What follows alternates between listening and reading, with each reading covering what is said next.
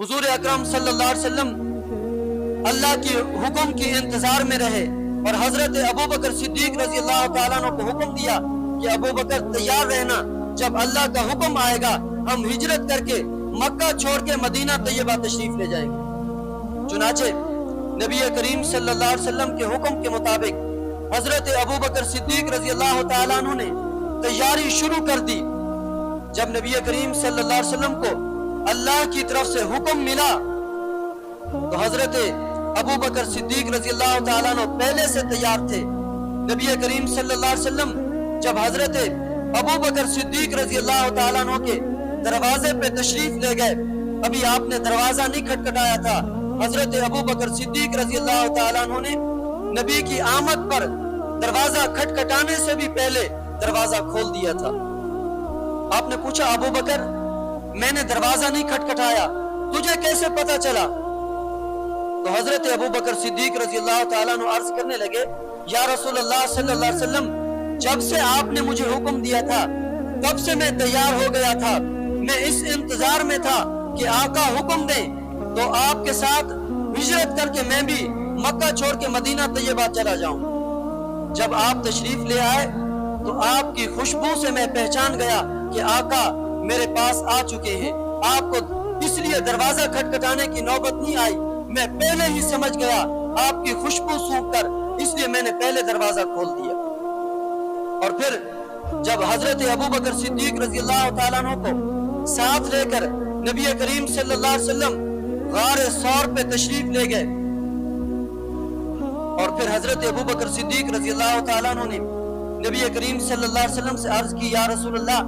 آپ باہر بیٹھ تشریف رکھے، میں غار کے اندر جاتا ہوں، دیکھتا ہوں، صفائی کرتا ہوں، پھر آپ اندر تشریف لے آنا۔ نبی کریم صلی اللہ علیہ وسلم غار کے باہر بیٹھ گئے، حضرت ابو بکر صدیق رضی اللہ تعالیٰ عنہ غار کے اندر چلے گئے۔ حضرت ابو بکر صدیق رضی اللہ تعالیٰ عنہ نے اپنے صافے سے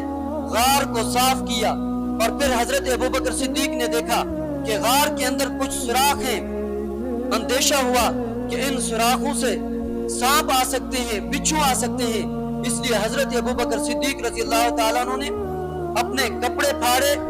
اپنا کرتا پھاڑا اور پھر ان کے ٹکڑے کر کے حضرت ابو بکر صدیق نے ان سوراخوں کو بند کیا۔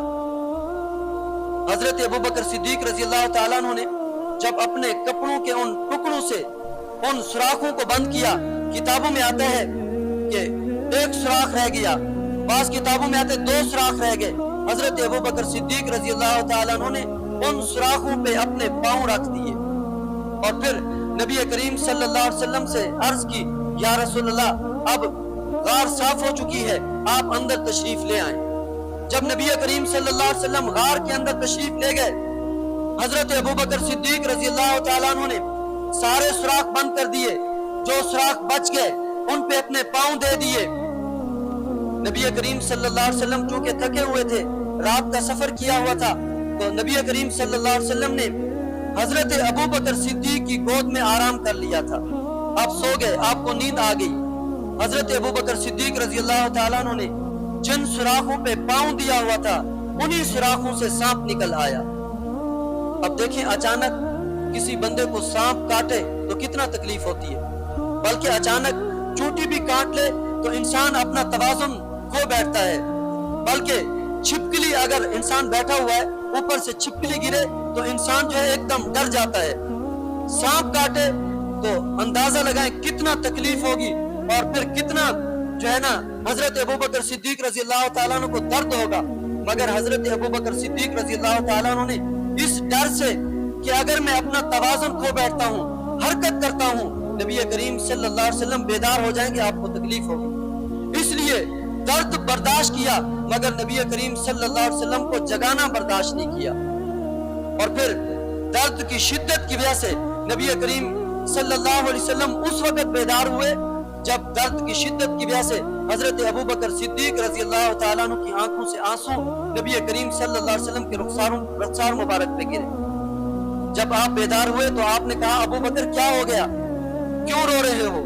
تو حضرت ابو بکر صدیق نے بتایا، یا رسول اللہ سانپ نے ڈس لیا ہے۔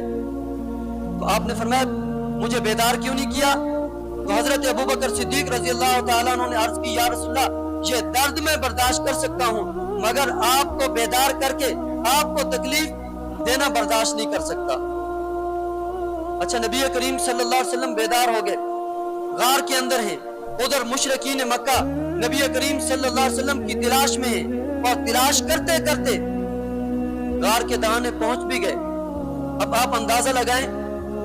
ہجرت کے سفر میں غار میں رہ کر نبی کریم صلی اللہ علیہ وسلم نے امت کو سبق کیا دیا ہے۔ مشرکین مکہ تلاش کرتے ہوئے غار کے دہانے پہنچ گئے، نبی کریم صلی اللہ علیہ وسلم غار کے اندر ہیں، آپ کے ساتھ آپ کا یار غار صرف ابو بکر ہے، صرف 2 بندے ہیں۔ غار کے اندر آپ کے پاس اسلحہ کوئی نہیں اور غار کے باہر آپ کا محافظ لشکر کوئی نہیں، اور پھر درمیان میں جو پردہ ہے وہ پردہ بھی صرف مکڑی کا جالا ہے۔ مکڑی کا جالا کتنا مضبوط ہوتا ہے، بندہ پھونک مارے تو مکڑی کا جالا وہ اڑ جاتا ہے، مگر ایمان کتنا مضبوط ہے۔ حضرت ابو بکر صدیق رضی اللہ تعالیٰ عنہ نے جب غار سے دیکھا، اوپر منہ کر کے دیکھا کہ مشرکین مکہ تلاش کرتے ہوئے غار کے دہانے پہنچ گئے، عرض کیا یا رسول اللہ وہ تو پہنچ گئے۔ اب نبی کریم صلی اللہ علیہ وسلم نے پتہ کیا جواب دیا؟ آپ نے فرمایا لا تحزن ان اللہ معنا، فرمایا ابو بکر پریشان ہونے کی ضرورت نہیں، اللہ ہمارے ساتھ ہے۔ اس لیے کہ غار کے اندر صرف 2 بندے ہیں، غار کے اندر اسلحہ کوئی نہیں اور غار کے باہر حفاظت کرنے والا لشکر کوئی نہیں، اور پھر درمیان میں جو پردہ ہے وہ بھی صرف مکڑی کا جالا ہے، مگر ایمان کتنا مضبوط ہے۔ اللہ کے نبی صلی اللہ علیہ وسلم فرماتے ابو بکر غم نہ کر، پریشان ہونے کی ضرورت نہیں، لا تحزن ان اللہ معنا، اللہ ہمارے ساتھ ہے، یہ کافر یہ مشرک ہمارا کچھ نہیں بگاڑ سکتے۔